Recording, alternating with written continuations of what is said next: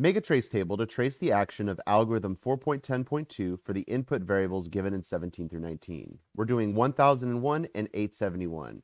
Here's the Euclidean algorithm, algorithm 4.10.2, and the inputs to our Euclidean algorithm are capital A and capital B, which are integers with A being greater than B and B greater than or equal to 0. So this means my 1001 has to be my A, and my 871 has to be B. So here's the framework for my trace table.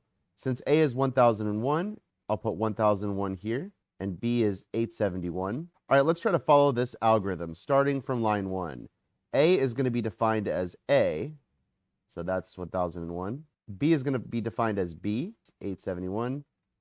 And R is going to be defined as B, which is 871. Okay, the next line says, while B does not equal 0, which is true. So now we do the next line, while B does not equal 0, that's true, which means now we're stuck in this loop. R is going to be defined as A mod B. Now, 871 goes into 1001 one time. I'll write this off to the side here. So 1001, when using the division algorithm, we get 1 times 871 plus a remainder of 130.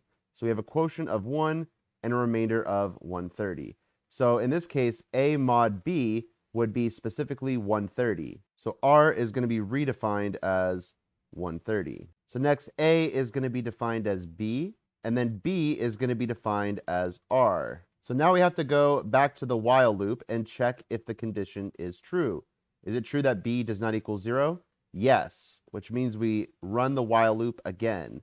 Now R is going to be defined as A mod B, but this time A is 871 and B is 130. So now we do the division algorithm to figure out what the quotient and remainder is when dividing 871 by 130. And we get 871 equals 6 times 130 plus 91.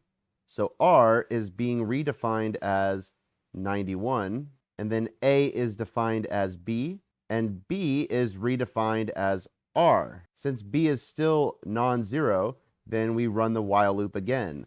R is going to be A mod B. So now we go back to the division algorithm. So since 130 equals 1 times 91 plus 39, that means my remainder is 39. A is going to be defined as B, and B is going to be defined as R. Since B is still non-zero, that means we run the while loop again. But now A is 91 and B is 39. 91 equals 2 times 39 plus 13, which means my remainder R would be 13. Next, A is going to be defined as B, and then B is going to be redefined as R. Since B is still non-zero, that means we go back to R. R is going to be A mod B, but A is actually divisible by B. 39 is equal to 3 times 13 plus 0. That means my remainder R here would be 0, which is a sign that we're done with the Euclidean algorithm.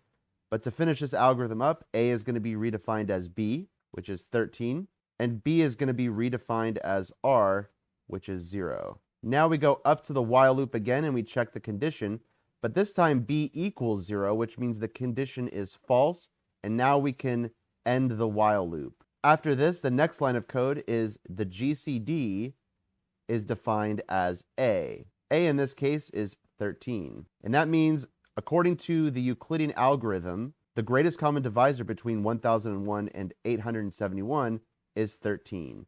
Thanks everyone, and I'll see you in the next video.